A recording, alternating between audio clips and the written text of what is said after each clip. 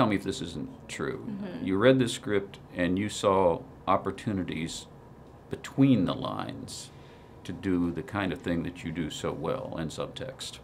Yeah, but it was also not just between the lines. Not it was the lines too. You know, I mean, I remember. I can't give away the end of the movie. No. But when I read that, when I read the lines that they wrote at the end, and they're not my lines, by the way. No. They're. I said, Lisa, oh my God, it's so good. It's just so great, you know. It was really, really spare and really perfect. And I loved the speech that I have this long speech to my family that I really loved, and it was very, very specific and tonally really interesting too, you know, because it can't be maudlin. It has to be funny. I mean, that's what was so appealing about this movie, is that it's a wonderful representation of a family and of what it's like to be in a long-term relationship, but it's incredibly funny. You know, about that speech, that was interesting to me, because you've done this in films before. Altman got that amazing speech out of you. Spencer Tracy used to have those moments in films, and he's the one I sort of studied for acting growing up.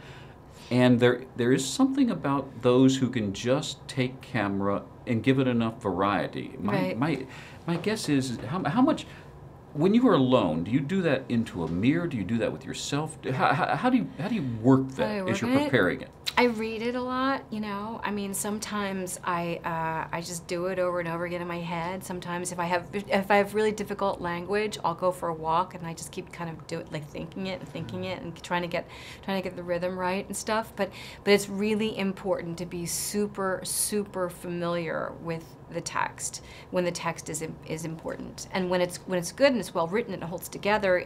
My feeling is my obligation as an actor to get it right, to get the rhythm, you know, the rhythm of it right.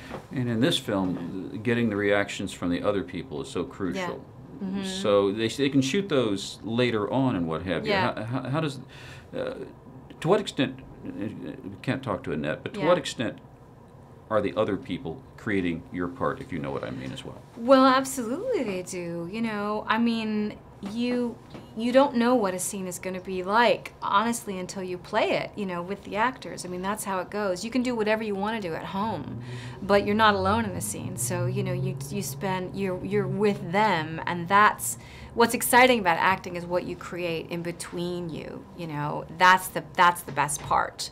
That's the part that's always surprising, because you don't know what the other person is going to do. And the earlier scenes that you shoot can give you an idea of a different way to play other scenes, because now you've picked up on things that you couldn't pick up just by reading it?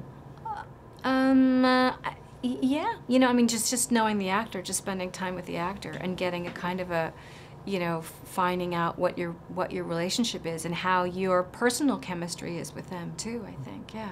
Well, it couldn't have been any better than it was in this one. That's great. Julianne, it's good to see you again. Thank you. Nice to see you. Why don't you too. change? It's eerie. I'm Patrick Stone.